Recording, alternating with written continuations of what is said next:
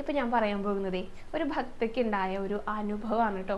അവർ എൻ്റെ അടുത്ത് പറഞ്ഞിട്ടുണ്ടായിരുന്നു പ്രത്യേകം എല്ലാവരെയും അറിയിക്കണം എന്നും കൂടി ഉള്ളത്.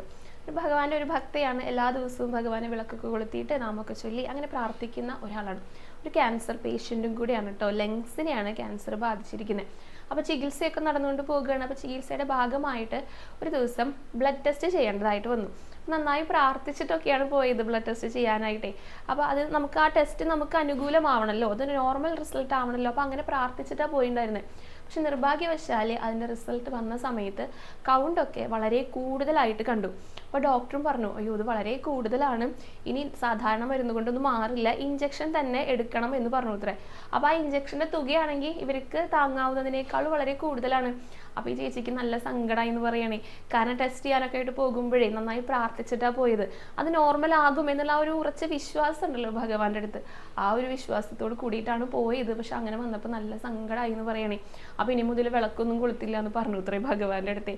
അപ്പോൾ ഡോക്ടർ ഒന്നുകൂടെ ഒന്ന് ചെയ്ത് നോക്കാം, ഒരു ടെസ്റ്റ് കൂടെ ചെയ്ത് നോക്കാമെന്ന് പറഞ്ഞിട്ട് പെറ്റ് സ്കാനിന് റെഫർ ചെയ്തു കോയമ്പത്തൂർക്ക്. അപ്പോൾ അവർ പോയിട്ട് സ്കാൻ ചെയ്തു, അതിൻ്റെ റിപ്പോർട്ട് ഡോക്ടർക്ക് അയച്ചു കൊടുത്തു. ആ റിപ്പോർട്ട് കണ്ടപ്പോൾ ശരിക്കും അതിശയിച്ചു പോയി എന്ന് പറയാണ്.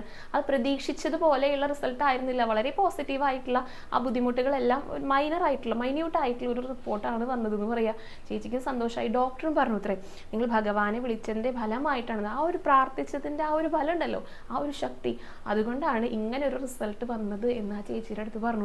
അപ്പോൾ ചേച്ചി വളരെ സന്തോഷത്തോടും സങ്കടത്തോടും ഒക്കെ കൂടിയിട്ടാണ് ഒരു വോയിസ് നോട്ട് അയച്ചിരിക്കുന്നത്. പ്രത്യേകം നിങ്ങളുടെ അടുത്തത് പറയണം എന്ന് പറഞ്ഞിരിക്കുക. ശരിക്കും നമ്മുടെ ഭഗവാനെ കുഞ്ഞു കുഞ്ഞു കാര്യങ്ങളൊക്കെ ഇങ്ങനെ നൽകിയിട്ടൊന്ന് പരീക്ഷിക്കും, ആ ഭക്തി ദൃഢമാണോ എന്നറിയാൻ വേണ്ടിയിട്ടാണ്. അപ്പം നമുക്ക് അനുകൂലമല്ലാത്ത എന്തെങ്കിലും കാര്യങ്ങൾ വന്നു കഴിഞ്ഞാൽ നമ്മൾ ഭഗവാനെ പഴിക്കാനൊന്നും പാടില്ല. പൂർണ്ണമായിട്ട് ഭഗവാനിൽ വിശ്വസിക്കുക.